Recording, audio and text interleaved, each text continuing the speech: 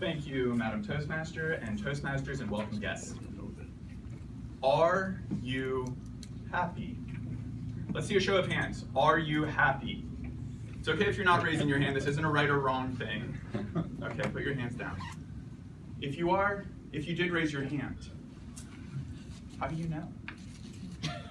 How do you know? The question, are you happy, is quite arbitrary. And that's because happiness itself is so arbitrary. I could ask 100 different people to define happiness, and I'd get back 100 different answers. There's a much better question that we could be asking. Are you growing? Are you growing? I'm going to get back to that in just a moment, but I want to make a quick distinction first. There is a gentleman, his name is Sean Aker. He is a happiness researcher. What a cool job, right? He, through his research, has discovered that many people make the mistake of confusing pleasure with happiness, but they are not the same thing. He uses the example of someone who's in high school, and they might say to themselves, wow, if I could just graduate high school, then I'll be happy. And they graduate, and then what happens? The bar moves, and now it's turned into, if I could just get into a good college, then I'll be happy. And it moves again. If I could just graduate with honors, if I could just get a job, get a promotion, get a trophy spouse, if I could just get a house, a bigger house, and it keeps shifting. Sean says that when you place your happiness on pleasure, when you put your happiness on a moving target like that, it will forever remain just out of your reach. Let's get back to growth. Tony Robbins loves to say, happiness comes from growth. The ancient Greeks said that happiness is the joy we feel when we are striving toward our potential. And Earl Nightingale had a variation of that. He said that happiness comes from the direction in which you are moving. He used the example of little kids getting ready to open presents, and they get so excited. They're happiest right before they open their present, as compared to later on that day. You are happiest going to dinner instead of coming back from it. You're happiest going on vacation instead of returning from it. And then he said, we are happiest when we are moving toward our goals, even more than when they've been achieved. We are happier moving toward our goal than even after they've been achieved. Why? It is not the achieved goal that you're after. That is just more pleasure. What you're after is the path that got you there. That's where growth happens.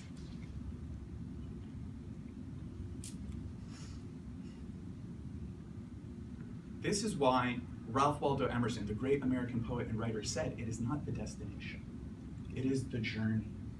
Buddhists have been saying that same thing for centuries, and dozens of other thought leaders and writers have come and landed on that same immutable truth. It is not the destination, it is the journey. Why? Because a journey is growth. A journey has you disrupting your habitual patterns. It has you trying something new. A journey is anything that has you engaging with the world and examining yourself. And when you do that, you are bound to grow. Happiness comes from growth. Who here has a comfort zone? Let's do a show of hands again. Who has a comfort zone?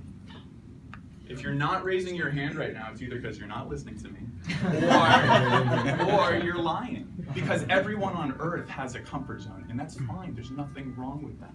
It serves a purpose. It keeps you safe and warm.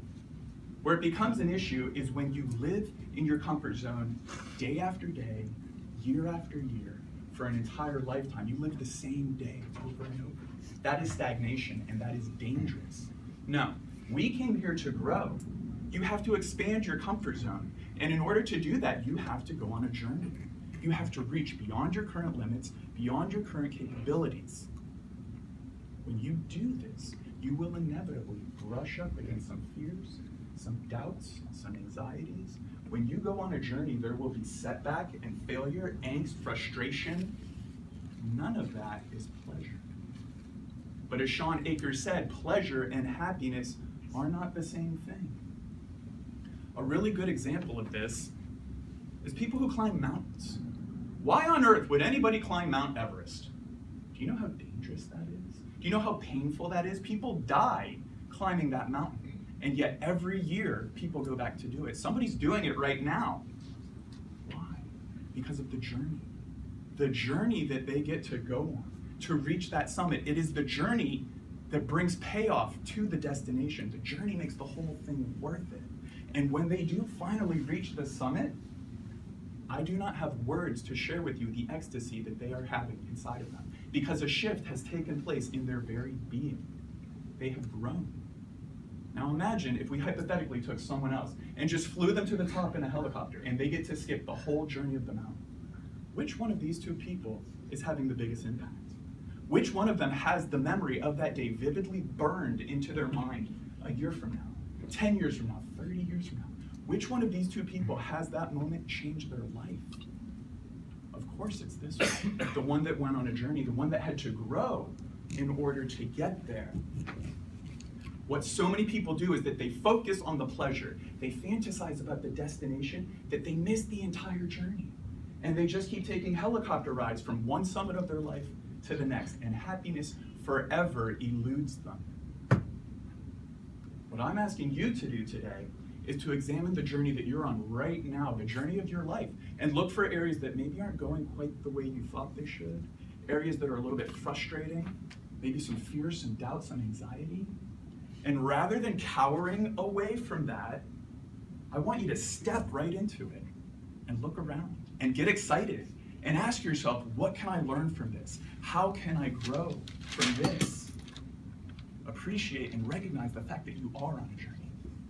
Next time somebody asks you, are you happy? I just want you to take a deep breath and silently ask yourself, am I growing?